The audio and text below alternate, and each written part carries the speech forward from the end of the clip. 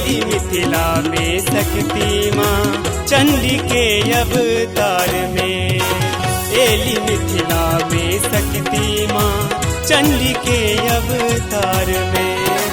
चल गे बहिनी साँझ देखावा, चल गे बहिनी साँझ देखावा दुर्गा के दरबार में।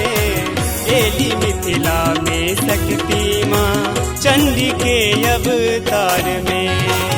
एली मिथिला में दुर्गा माँ चंडी के अवतार में।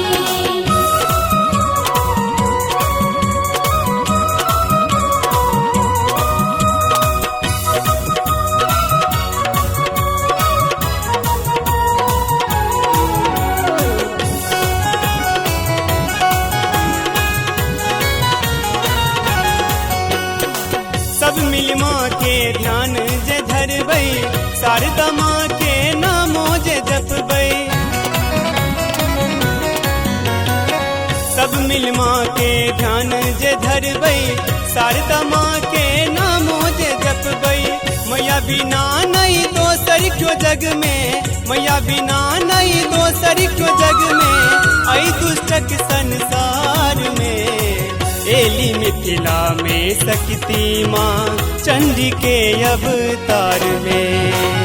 एली मिथिला में दुर्गा माँ चंडी के अवतार में। जय जय माँ जय जय माँ, जय जय माँ जय जय माँ।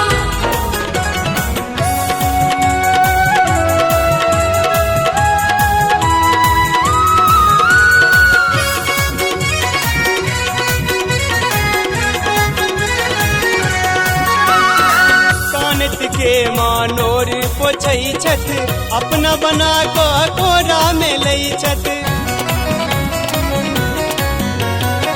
कानत के मानोर पोछै छथ, अपना बना को कोरा में लई छथ।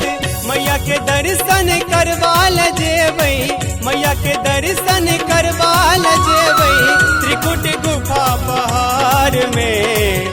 एली मिथिला में शक्ति माँ चंडी के अवतार में। एली मिथिला में दुर्गा माँ चंडी के अवतार में।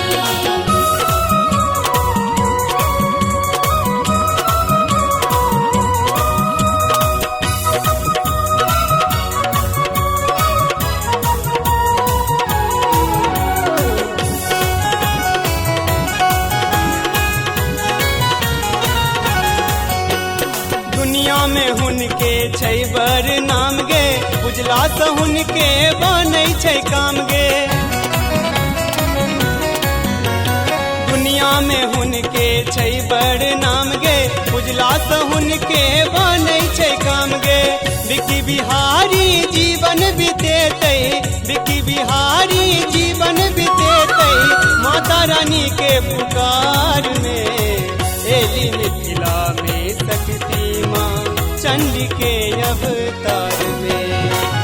एली मिथिला में दुर्गा माँ चंडी के अवतार में।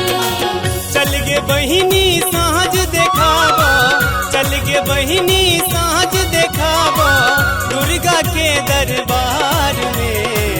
एली मिथिला में शक्ति माँ चंडी के अवतार में।